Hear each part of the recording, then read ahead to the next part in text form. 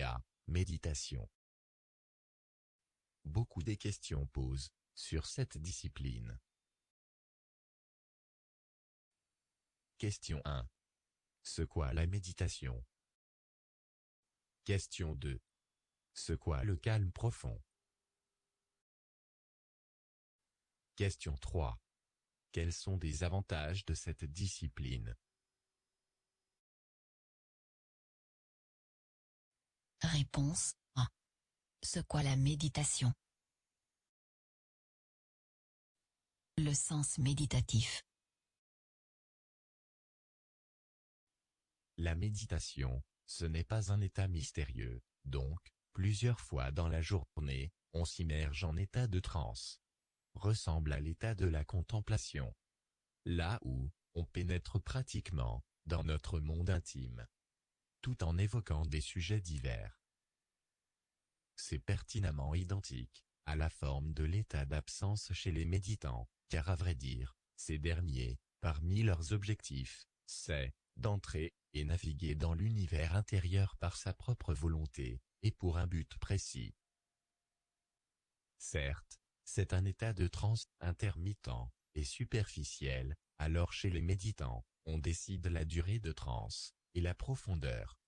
En termes de réflexion méditatif, implique qu'on médite plusieurs fois dans la journée. Réponse la question numéro 2. C'est quoi le calme profond? Bien évidemment, suite de la pratique, on atteint le calme profond. Voici la définition. La valeur représentative de la relaxation physique et le calme profond résulte des effets relativement dissemblables. Pour en définir brièvement, c'est un ralentissement relatif au rythme mental de certaines pensées et n'est nullement pertinent au repos physique. Or cette dernière influence positivement par l'état de calme. Mais, la question qui se pose, c'est quoi le rythme de pensée? Théoriquement parlant, l'état rythmique enregistré invisiblement dans notre inconscient s'influence par plusieurs facteurs, parmi eux, le rythme de la vie, le jour et la nuit, même le rapport d'intervalle entre la naissance et la mort, le rythme du travail, et des devoirs à accomplir, etc.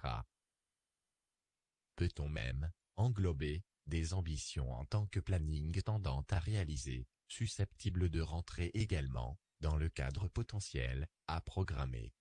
Toutefois, tous ces acteurs, parmi d'autres, réveillent en nous plusieurs chronométrages rythmiques, d'ordonner le cerveau d'augmenter progressivement la cadence, à la manière de réfléchir et réagir. Tout dépend bien évidemment l'individu et l'environnement où il vit. Notons que le cerveau capable de vivre en plusieurs rythmes. Mais le rythme normal ou agité est loin d'être de rythme de calme profond. Donc, pour atteindre la profondeur de soi, il faut bien ralentir ce rythme. Malgré, ce n'est pas si facile de changer une habitude rythmique chez l'homme. Pour cela, une pratique longue et lente est indispensable de freiner ses pensées rythmiques. Pour comprendre le processus, venons ajouter un coup d'œil sur la pratique.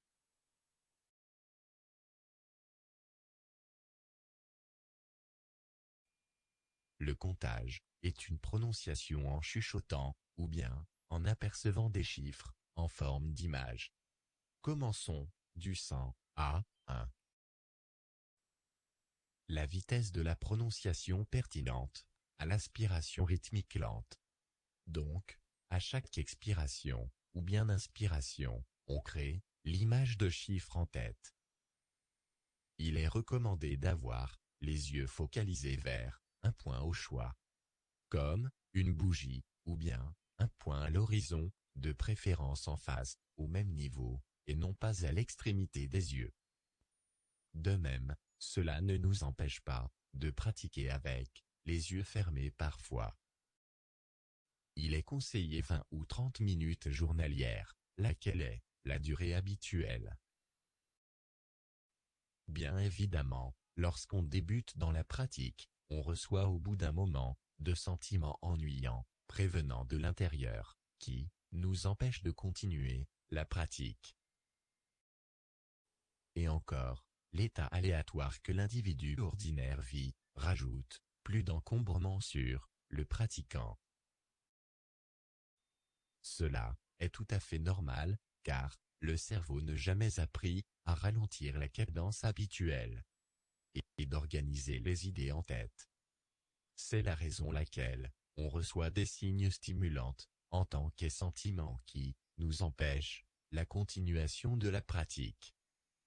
Aussi, c'est la raison essentielle que la plupart s'éloignent de cette discipline, sauf l'individu avec un bon motif peut continuer. Celui qui cherche une technique d'exploiter les potentiels existants au fond de lui, ou bien celui qu'il se sent a des pouvoirs cachés quelque part au large mental. Enfin, pour savoir la mutation tangible à aboutir, suite de la pratique. La suite peut vous donner certaines satisfactions, comme des réponses. Question 3. Quels sont des avantages à aboutir de cette discipline? Notons dès le départ que l'état de calme profond est le seul point de départ vers la mutation mentale souhaitée, et même d'atteindre des dimensions rares, et encore méconnues pour l'homme. Voici certains potentiels ordinaires que le méditant peut aboutir. Le calme permettre de vivre dans la sérénité, et la bonheur incomparable avec le confort matérialisme. Énorme amélioration au niveau d'apprentissage, et la mémorisation, que l'âge ne pose pas un obstacle. Mutation au niveau de sentiment, et la sensibilité, celle qui porte des secrets d'ouvrir plusieurs dimensions comme sentir la valeur des choses, sentir l'avenir, le passé et des personnes auteurs, etc. Renforcer le contact avec l'âme, une fois connaître le contexte exact.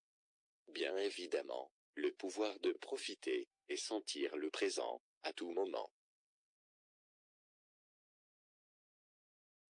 Voici autres avantages sur la maîtrise psychique. Le pouvoir de surveiller le soi, un état qui mène vers la maîtrise de soi, par contrôler constamment des signes de la faiblesse, en tant que sentiment prévenant de l'intérieur. Soin autonome, cela par se libérer, au lieu d'être prisonnier, du pas mal, de pensées négatives, implémentées en tête. Et, encore, autres avantages. Pour avoir la notion sur le mécanisme mental, et la manipulation idéale. Pour comprendre les étapes de pratique à passer, d'atteindre le calme profond.